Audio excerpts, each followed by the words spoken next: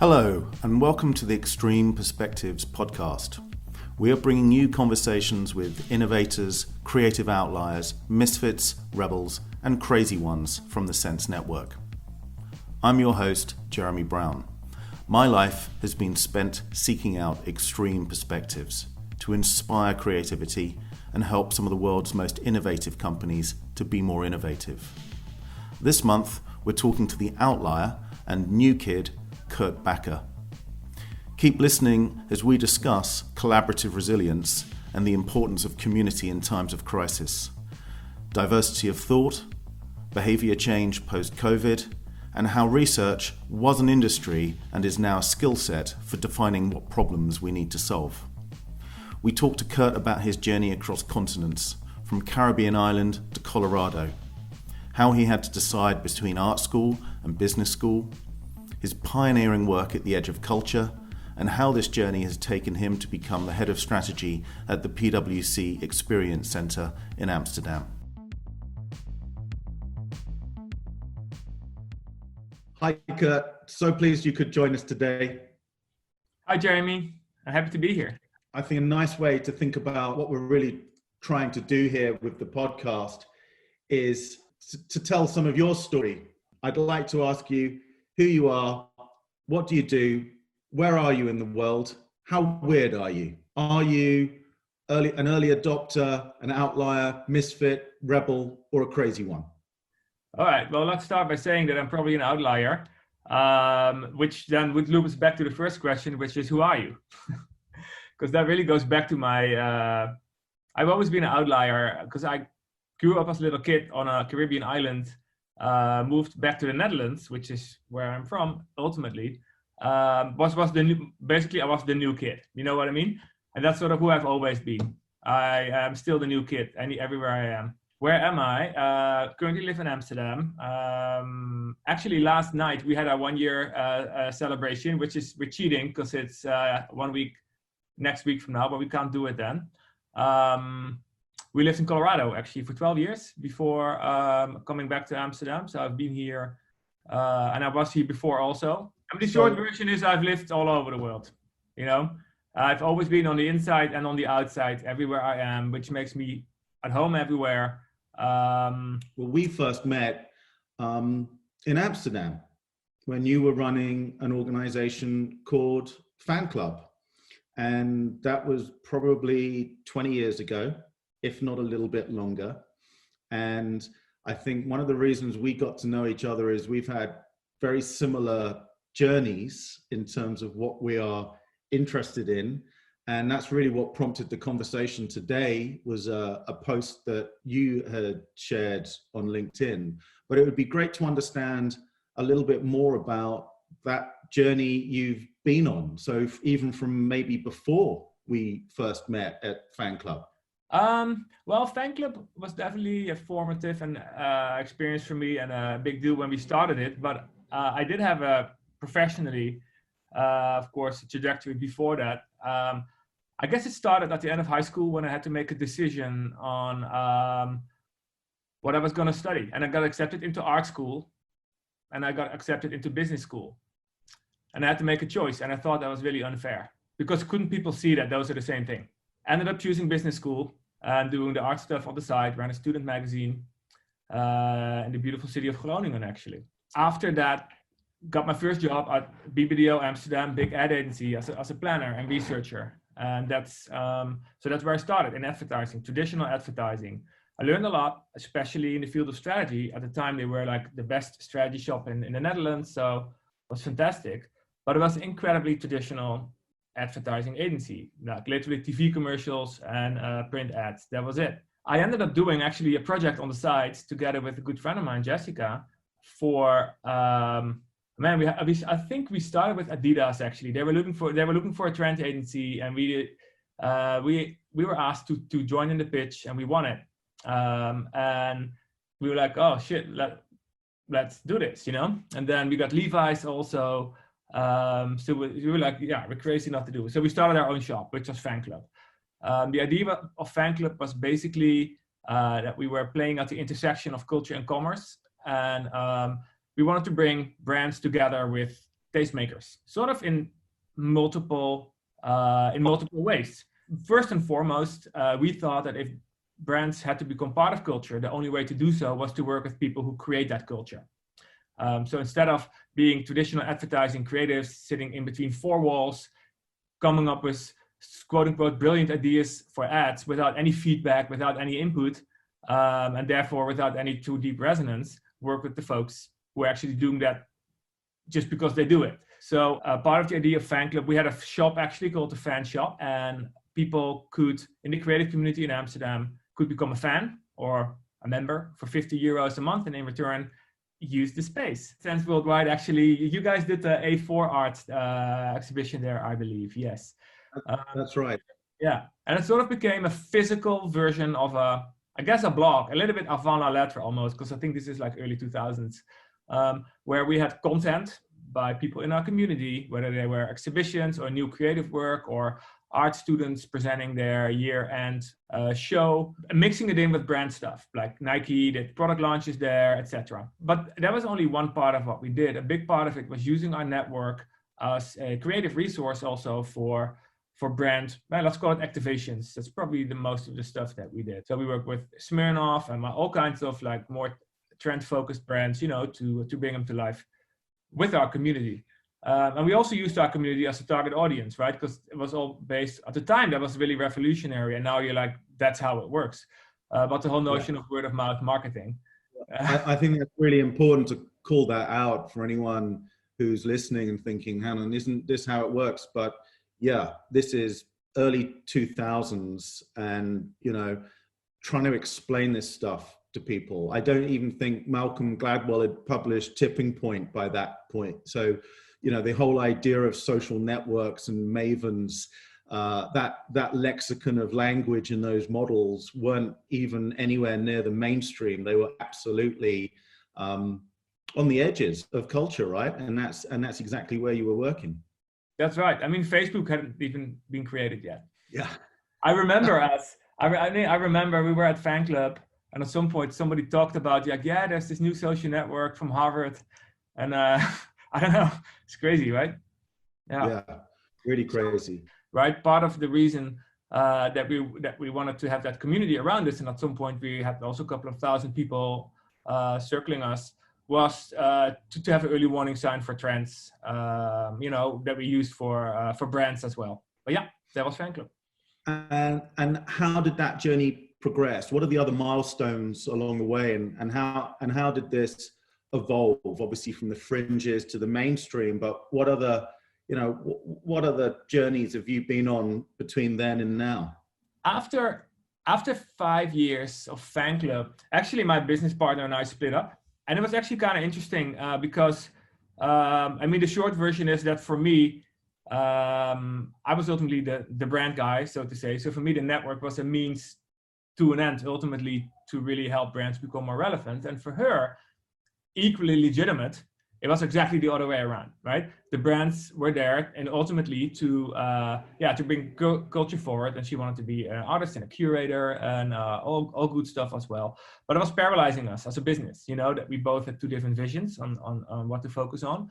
And I think it's in particularly an interesting dilemma, because it's really the larger dilemma that you face, with culture versus commerce. Like, how do you bring those two together? Because there is tension, there just is. You can't deny it. So it was a super interesting thing. Basically what ended up happening is we split up, and I moved forward with my part of the business, and the same for her. So she ended up, still doing a lot of opinion leader marketing and PR work. And I started focusing more on the, let's say, bigger strategic issues. I was fortunate that one of our clients at the time was Nike, and they stayed with me. At the time, I was working with a Benelux focus on doing research for product development, but the Nike headquarters are here in Amsterdam, or Hilversum, of course. So I got introduced to some good people there, and for the next couple of years, I ended up doing the same thing, but basically for the whole EMEA region. So I became their go-to person for everything equipment related, and we had a blast, because 3 times a year I took a whole team of product developers from Beaverton, together with some marketing folk from the Hilversum office, on tour through Europe. We picked 3 cities, and we would do ethnographies. We would go to people's homes. We would do retail tours, immerse ourselves. Ultimately, with the goal to help them with the product development, but also the marketing of those. Yeah, mostly backpacks. But yeah, it was pretty fun. So whether it was women's fitness culture in Istanbul, or teenagers on the schoolyard in Moscow, we went everywhere. So that was really, really fun. I actually, at some point, my wife and I made the plan that we wanted to go to America. And I was trying to figure out ways to make that happen. I actually just got a good contact with a really great headhunter in New York City, who every time when I visited New York City, my wife's from New York, just so you know. So whenever we were there, I just would meet with her. And at some point, she connected me with an agency in Miami called Christian Porter Bogaski.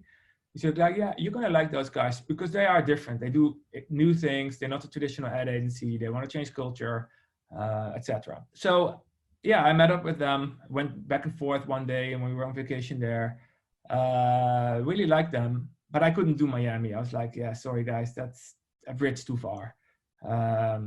Culturally, now I could do it, but at the time, coming from Europe, it felt pretty shallow, you know? I mean, in hindsight, I would say wrongly so, because I've lived in America afterwards for 12 years and it's incredible and so diverse, and, you know, just keep having an open mind is what I've learned in life in general. But anyway, at the time I was like, it feels a bit like a stretch, but they were like, well, we're actually opening up shop in Boulder, Colorado.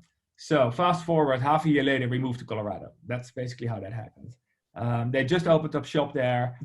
I think they rented our old indoor soccer field as their new office. They ended up about 400 or 500 people working there, but at the time, I think they were 40 or something when I started. But yeah, there was a big change. It was a big change because it was back to an agency still, moving countries, not doing your own thing anymore.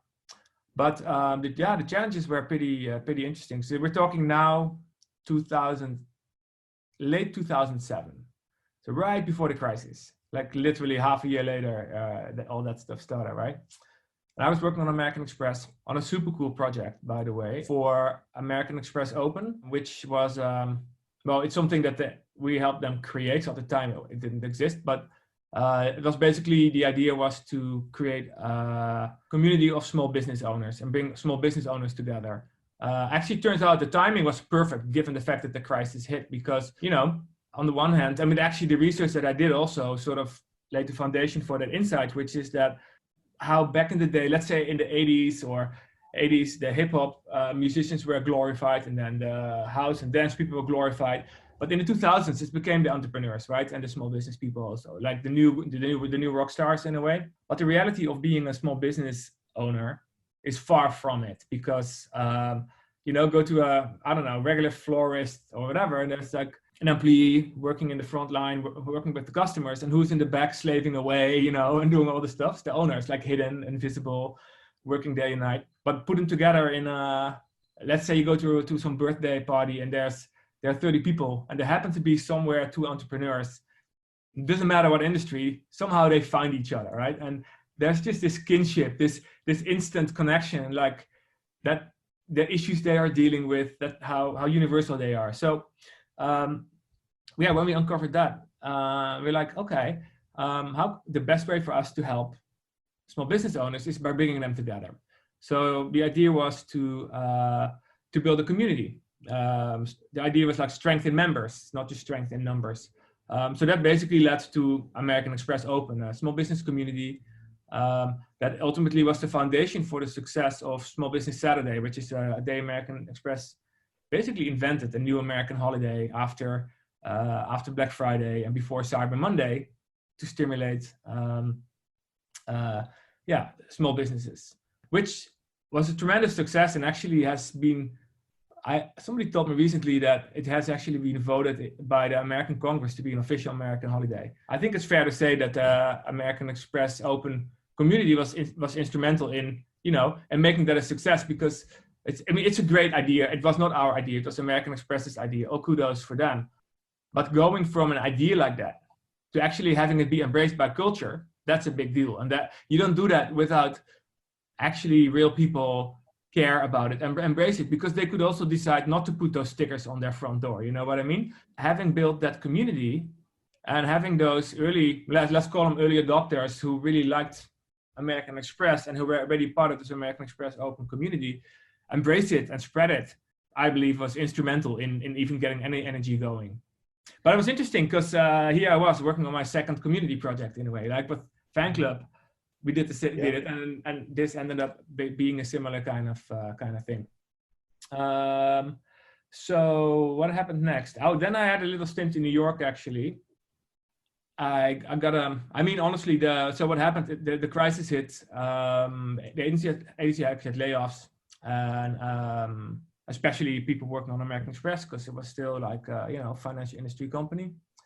But I basically immediately got an offer from RGA, which is a digital transformation agency. I wouldn't even know how to call them actually. They started out as a production agency and have sort of transformed themselves over the course of the years. And I mean, I had a blast. It was an amazing learning experience, and also opened my eyes in a way to the fact that there's a whole different world of types of agencies.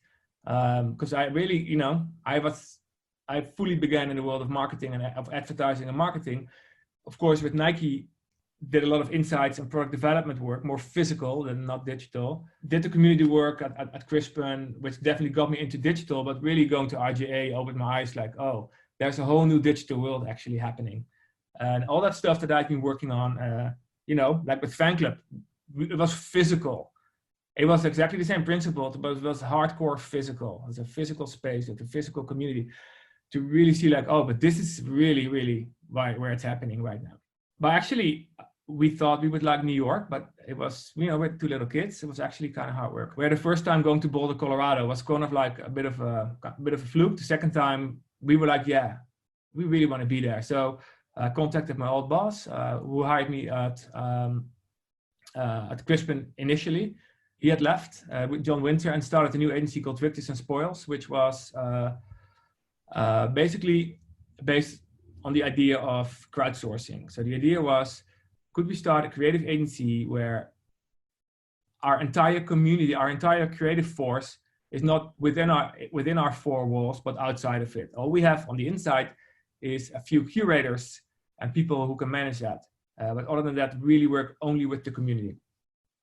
So that sounded pretty exciting. So he hired me to come back and head up strategy for that new shop. I mean, that was fantastic. We worked on, we basically built our own software to facilitate and manage the community, and also really learned some really cool learnings along the way. One that I thought was really interesting is that the idea that the community and the crowd is a great resource for creative ideas. That was actually kind of a tough one, because you could get a lot of bad stuff, and it's a lot of work to groom it and to fix it. But it worked really, really well for strategy, and it sort of makes sense because you get instant diversity of thought. People who are knowledgeable or have opinions about a certain topic are really, inclined to share that and are interested in doing so. So even though maybe the ideas that come out in themselves are bad, what they represent is amazing. The insights behind it. It's a really great alternative way of learning in a way. So after doing that, at some point the agency got acquired, and honestly it wasn't interesting anymore for me, and sort of turned into a traditional agency. And so I went back to doing my own thing and being a consultant, and that's what I've done for the past 5 years, well, minus the last year. I mean, so the past 5 years before moving back to the Netherlands. And I basically I started working initially with smaller UX shops in Boulder, because there's plenty of them, and also smaller ad agencies, sort of spin-off agencies, from Crispin Porter, and then other agencies that started going there. Sort of became a hub more and more, which is great for me, because as a planner, those smaller shops typically don't have planning in-house. So I work with multiple of them. And then started working more and more with larger design agencies in the Bay Area, San Francisco. Remote, and then being there for a couple of weeks kind of thing. Yeah, and last but not least, came back here also to, I got a great job offer here from PwC Experience Center, one of the big four companies, to help set up strategy at the Experience Center here in Amsterdam. So that's what I've been doing now for the past, well, since September, so 10, 11 months now. What I started doing with Fanclub is ultimately still what I'm doing right now. But it's gone from being on the fringe to being at the core of digital transformation and consulting large corporations about where they have to go next. That's awesome. And thanks for sharing that your story, Kurt. And as you think across that time, you talked about sort of going from the fringe to the mainstream. You know, over that period, what were the big what were your big breakthroughs, or what are the big learnings? What have you taken away from that period? I mean, I'm definitely hearing, you know, community is a big theme in there. Collaboration is a big theme in there. Working with culture is a big theme in there. Yeah. But on top of that, have you got any sort of personal sort of either experiences or, you know, insights that you carry with you? Yeah, well, what's interesting that the big idea that I started working on back then still stands. So there haven't been any big transformations. So it's more about better tools or having done it more often, recognizing patterns in how to do things. But yeah, I mean, probably the most important thing is the problem definition. I mean, for me, that's also probably a big part of the design thinking philosophy, or however you want to call it, you know, which is like, it's like an approach to dealing with, ambiguous situations and sort of identifying problems that are worthy of solving, you know, and doing so in a way that's beneficial, etc., and viable, and all that good stuff. Like what we do as strategists. And maybe actually, when I started out, I was fully in solution space. That's what I was there to do, you know? Tell me what your problem is and we'll find a way to solve it. And that's actually also the place where most agencies typically play, which is why they're becoming less and less important.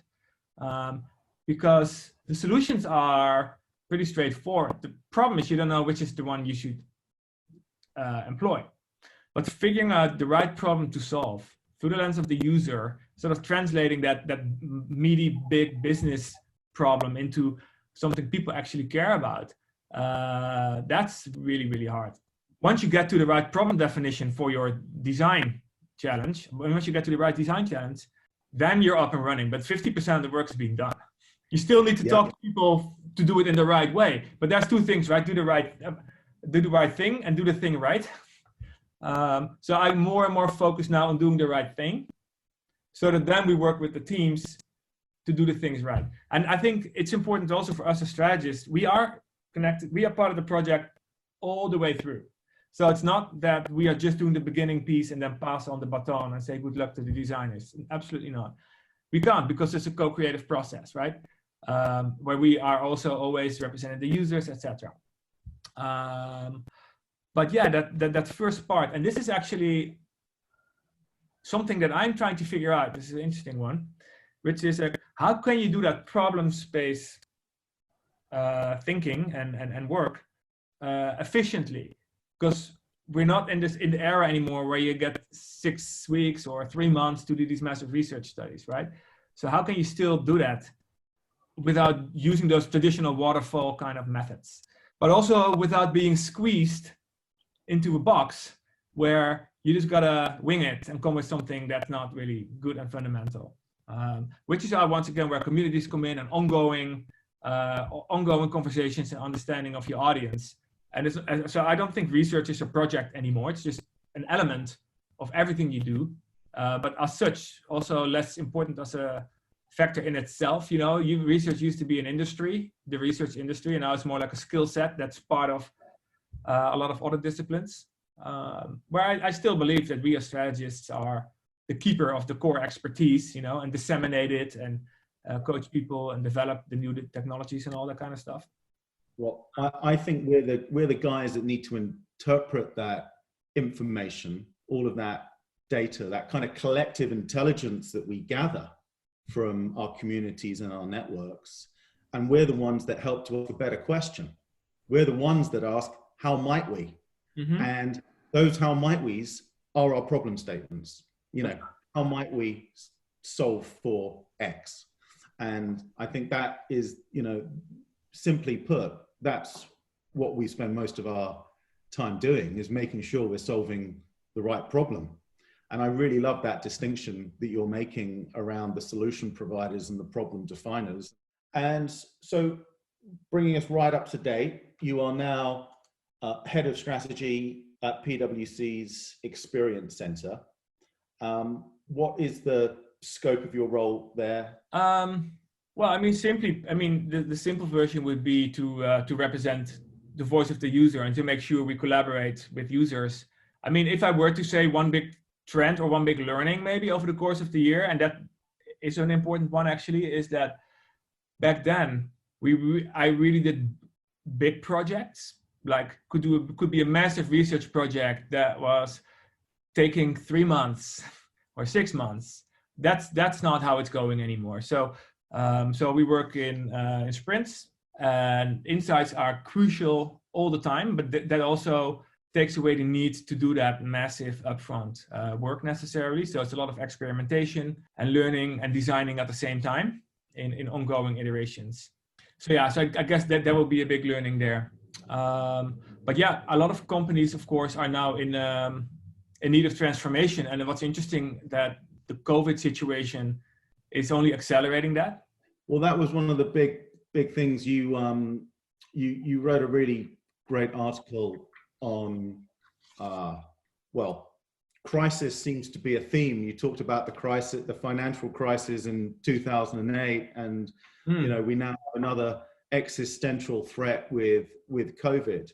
And you shared some thoughts on behavior change. Mm-hmm. Could you just share a few highlights from what you've observed? Yeah, sure. Well, I actually read this study, which I thought was fascinating, which was that it takes about 66 days on average to change a habit. And there's a big range, right? When things are super simple, like drinking a glass of water after breakfast, it takes about 18 days for people to take that on. And something more complex, like quitting smoking or something, could be almost like a year. But 66 days is pretty much the average. And this is actually about when the COVID thing was going on, about 2 months. I was like, oh, we're about to hit that. You know, what's it going to mean for new behaviors? And the expectations people have of digital products and experiences. So that was sort of the starting point there. And another starting point there was the idea that knowing that is happening, what should or can businesses do with that? Because this behavior change will happen irrespective. It's just what's going on, right? So what can you do as a company to embrace that? Yeah, to get out of it stronger. And I sort of would compare it to Formula One, the safety car. You know, here are all those companies racing each other to come out as the winner. That's basically how markets, you know, how they operate.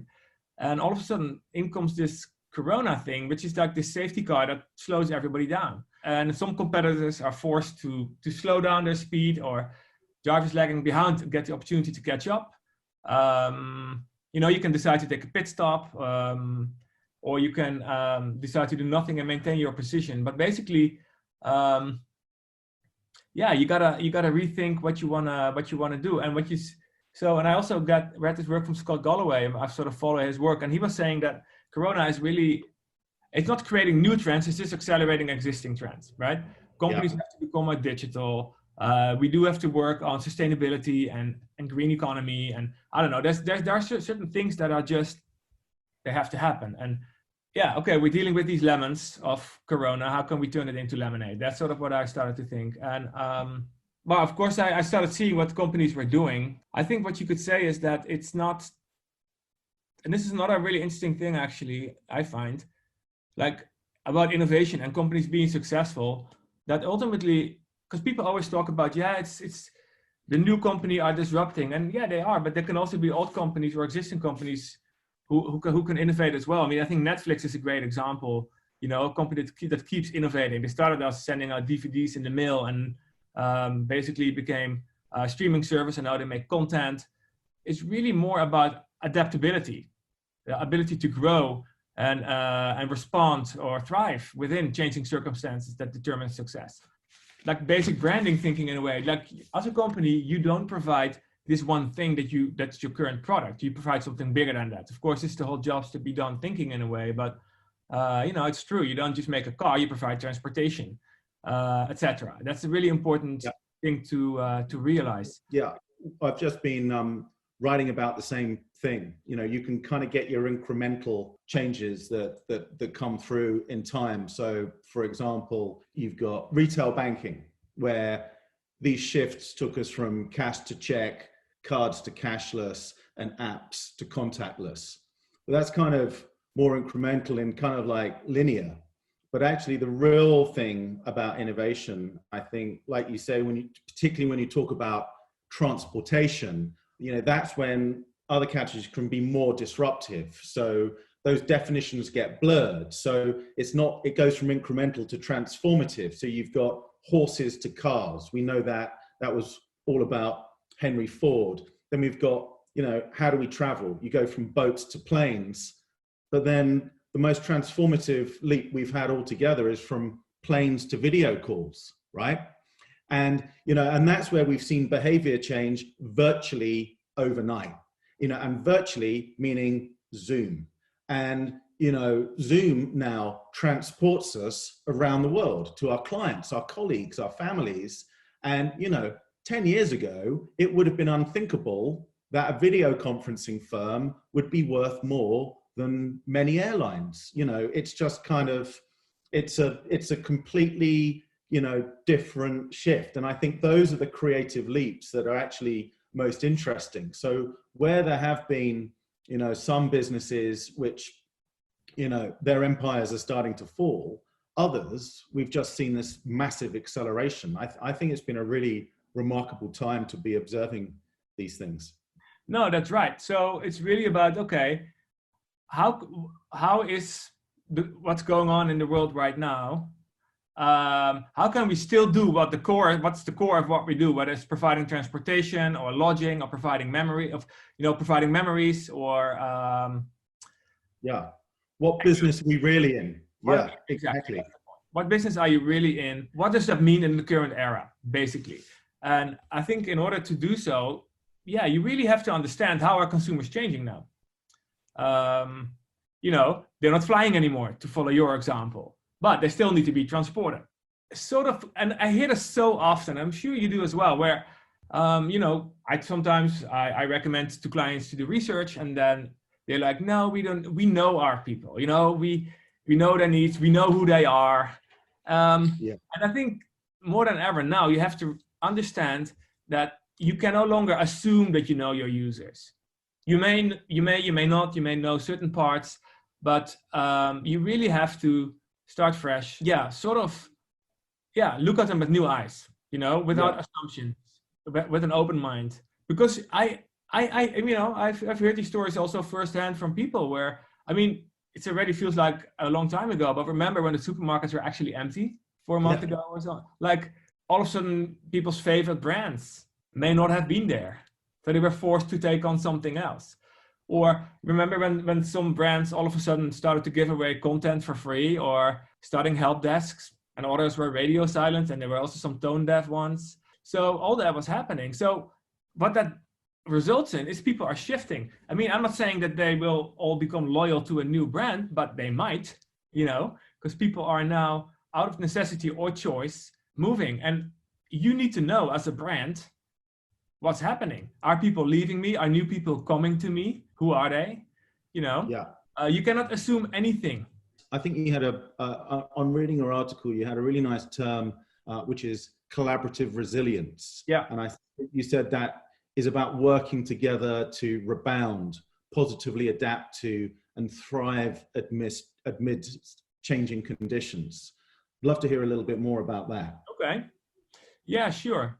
Well, what can I say about collaborative resilience? I mean, I did a project a couple of years ago for Colorado State about resiliency. It was actually because we had a lot of floods and fires in the state, and they actually wanted to work with the population of the state in order to prepare for future, for if this were ever to happen again, basically. How can we be better prepared? And they started the whole office, the resiliency office, and it was the whole thing. Anyway, that stuck with me. It was a super cool project. They did a massive co-creation thing. We don't have to get into it, but that's sort of how so when this thing with COVID was happening, it sort of popped with me. It's like, hey, that's sort of the same thing. We have to be resilient here. And resilient is not just about responding, but it's really also about thriving amidst changing conditions. And that was the other click I had, which was that actually, COVID is not so new at all, because things have been changing for quite a while now. And it's sort of like the new paradigm. Let's not get too caught up in this whole thought of having to respond to COVID, and because these trends are going on, companies have to transform, and we talked about that already. And we know that it's really the most adaptable who are most likely to change. And the challenges are just too big for anybody to do by themselves. No company can solve this. No individual can solve this. No country can solve this all by themselves. It's just not, the idea is even ludicrous, right?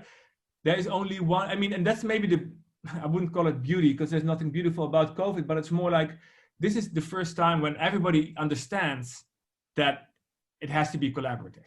If there's one party not joining in, the whole system will fall apart. So that's the collaborative part of collaborative resiliency, which is that, the companies need to work together with consumers and other stakeholders in ongoing cycles of iteration and co-creation, to create the problem in line with the purpose that they share with their customers, right? Whatever that purpose is, whatever their reason for being in this world is, they have to create that with people, with humanity, it's not even going to be effective. There's just no way, and I know you and I have had discussions before about, open innovation and permeable organizations, where the boundaries between what the organization is and isn't are blending. And I think it touches on that as well. And in a way, it also really has to do with the notion of truly embracing diversity and diversity of thought, because that's a hot topic as well now, right? That a lot of companies really now feel that they have to adopt. And I think there's a real connection here, which is that, diversity is, of course, not just about getting people from diverse backgrounds. Sure, of course, you need that, but why do you want it? Because you want to bring diverse perspectives. So you move from who you are to what you know, but ultimately the third layer is who you know. You also really, really need to know your customers in this case. And because diversity so far has too often just been talked about as, not just as a compliance thing, but also as something that just is happening within an organization, like your employee base. But it's still the same people talking to each other within the same four walls. If that's the case, you're still not innovating. So it's really about truly opening up to society and getting all those diverse thoughts in. Yeah, there's a really great definition that I read from the Harvard Business Review recently, which defines cognitive diversity as it's the differences in perspective or information processing styles. So, if you're schooled, like a historian versus, say, a physicist might think about things in a different way. And so those, that is what is shaped by training, life experience, etc. But it's specifically how individuals think about and engage with new and uncertain or complex situations. And I think certainly what we've seen working this way, and I'm sure you've seen the same thing, there are some really amazing benefits of doing that. I think, every team that we've worked with who embraces cognitive diversity solves problems faster.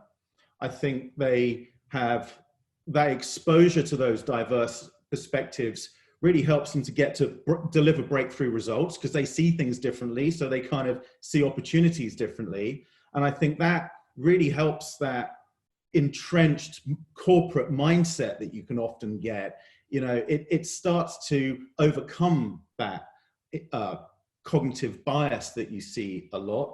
I think that, you know, if you embrace it, it means you can understand, you know, cultural perspectives faster. You can adopt those more rapidly into the business. That's the permeability piece you were just talking about. You've got to let the culture wash in, you know, and that's where I think, you know, and it's not just, it's the culture wars that we're seeing right now. Is like, that's really tripping a lot of people up. And it is actually a minefield. There's some very important issues that are incredibly important for us to address.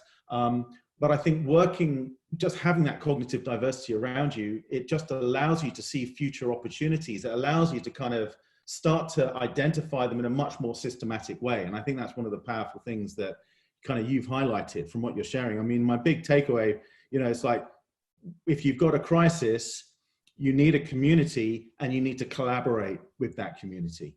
Yeah, no, absolutely. And you say it's all about future, but I also think it's about now. You know, I think it's about, doing things right now. You know, for me, innovation, I used to want to do really, really big things. And now I just want to do really, really small things that are really tangible. Well, I agree with you. I think it's about now, but then I also believe that the future is here, and it is about the future is here and now. So no, I'm completely with you on that. Yeah. Now, I feel that we might be coming to the end of listeners' attention span for a podcast, but I'd like to ask you a question, because we've been talking about the crisis, because we've been talking about the community, because we've been talking about collaboration. If you could ask the Sense Network to help you change one thing in the world for the better, what would you change and why? Mutual understanding across those different cultures. Yeah. Because I think that's a big issue. And just make people open for each other, you know, new ways of thinking. I think just that general sense of empathy that currently seems to be lacking sometimes, you know. I mean, if you want to talk about times of crisis, the typical response people have is to go back into the bunker. But the thing they actually have to do is reach out and start to connect to people. And I don't want to go to cheesy parallels, you know, from walls versus bridges or something like that. But I mean, I do think ultimately that is that's the power of such a network of such diverse people who are representing all the different viewpoints to get a broader understanding across each other. Well, that is beautiful. Thank you, Kurt. Thanks for joining us. Thank you for sharing your journey. Thank you for sharing a few insights from your journey over many different continents and many different projects. I'm very pleased that there were some of those common themes in there around community and collaboration, things that we all find really important here at Sense Worldwide as well. So I think we can probably wrap it up there. Okay, well, thanks for having me. That brings us to the end of a great conversation with Kurt. If you're facing a crisis, you need a community to collaborate with. So as Kurt says, reach out and connect. Even if you don't have a crisis, ask yourself whether you really know your users, and most importantly, what business you're in. We will be back soon with another mind-expanding conversation. Thank you for tuning into the Sense Network. We hope you enjoyed this episode, and if you did like it, we'd love to hear what you think. So please leave us a comment and share it with your friends. In the meantime, you can find us on Instagram at The Sense Network. And if you want to get hands-on with an innovation project to make things better and make better things for people and the planet, join the Sense Network. The link is in the description. Thanks for joining us, and see you next time.